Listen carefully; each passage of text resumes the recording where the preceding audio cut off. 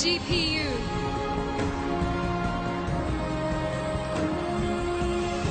I want to tell you all a phenomenal story. A story of a people who rose up against injustice.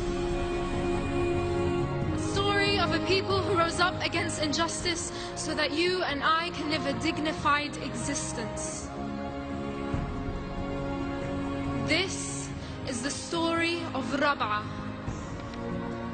For those who don't know, R4BIA is the name of a famous square in Egypt and also means the fourth in Arabic.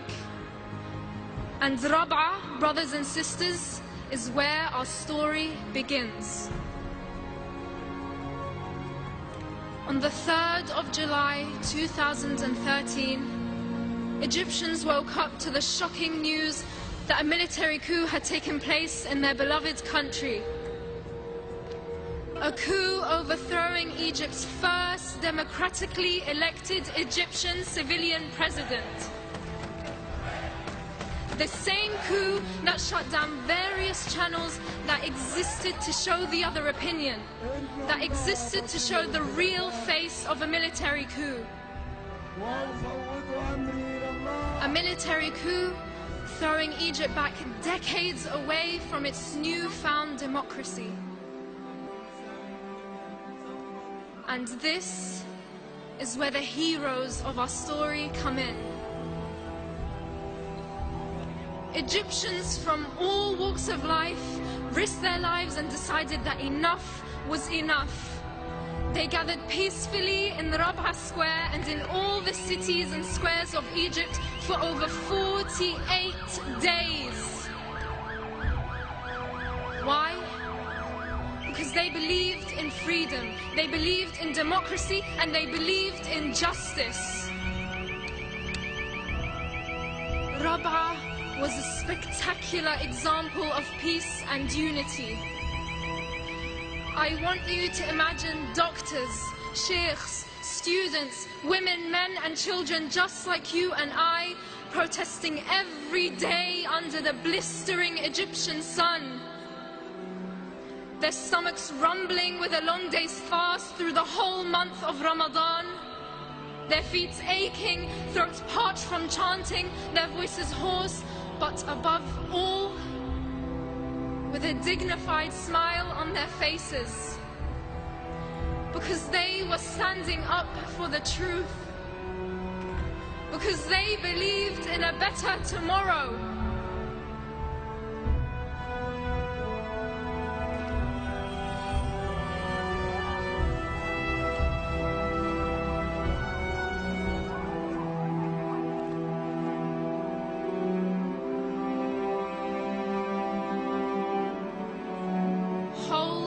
That thought into your mind. Remember the children's faces smiling as they're holding up placards saying, "Remember me." Remember the scenes of the protesters praying all night and chanting all morning. Keep that image of R4BIA in your minds as I move you on to another fateful date. The 14th of August 2013. Here, our story takes a sharp and distressing turn. That day, Egypt witnessed the worst state-led massacre in its history. We're talking about women, men and children being killed in cold blood. We're talking about over 2,600 people being killed for no charge and no crime, except that they dared come out and call for freedom and democracy in their own country.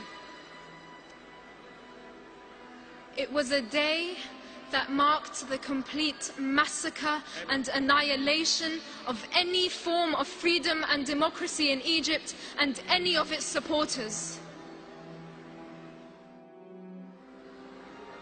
It was a day where bodies, tents, makeshift hospitals, and even the local mosque were burnt and torched down. It was a day where bulldozers closed off exits of Rabaa and all the cities and squares of Egypt. It was a day where the military forces and the police fired tear gas and live bullets into the crowd, not sparing anyone, young or old, woman or man.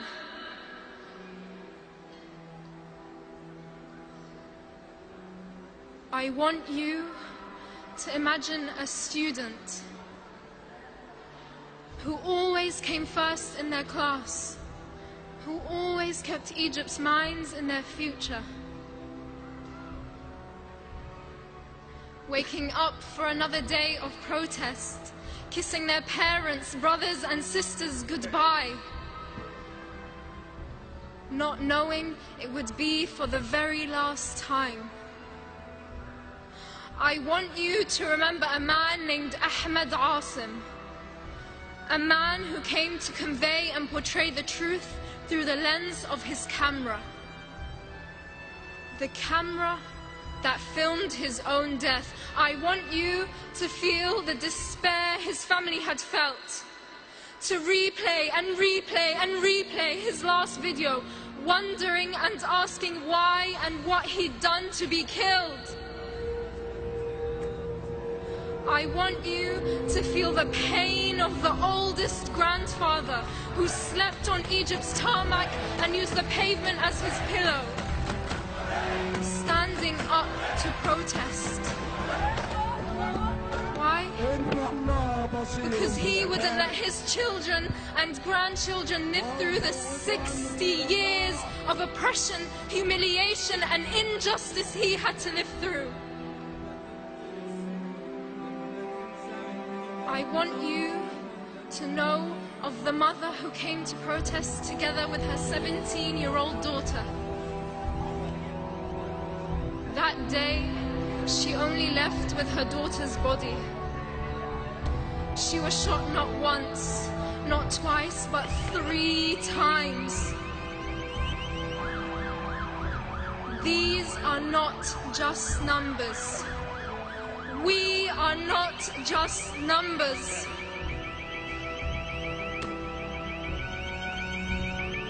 Our story does not end here. You can change that ending. Our heroes did not stop asking for their rights while the military continues to violate human rights daily. Our heroes did not stop protesting peacefully and will not stop protesting peacefully until democracy is restored and until the revolution that inspired the world is reclaimed. As fellow humans, we are duty-bound to uphold the basic values we all hold dear: freedom, dignity, and social justice.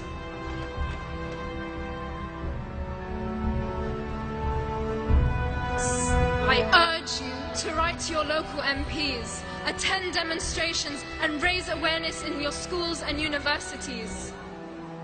Speaking out for truth and justice is not a choice.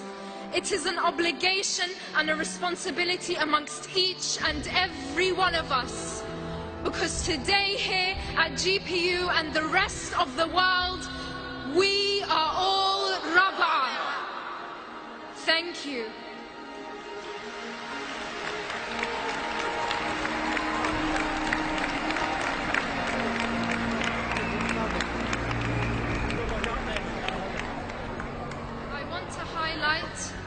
That today marks 100 days after the Rabaa massacre. This symbol is the symbol of perseverance. It is the symbol of resistance. It is the symbol of hope. As GPU, can we all please raise our Rabaa signs for the cameras and for the world to know that we stand in solidarity with Egyptians. Thank you.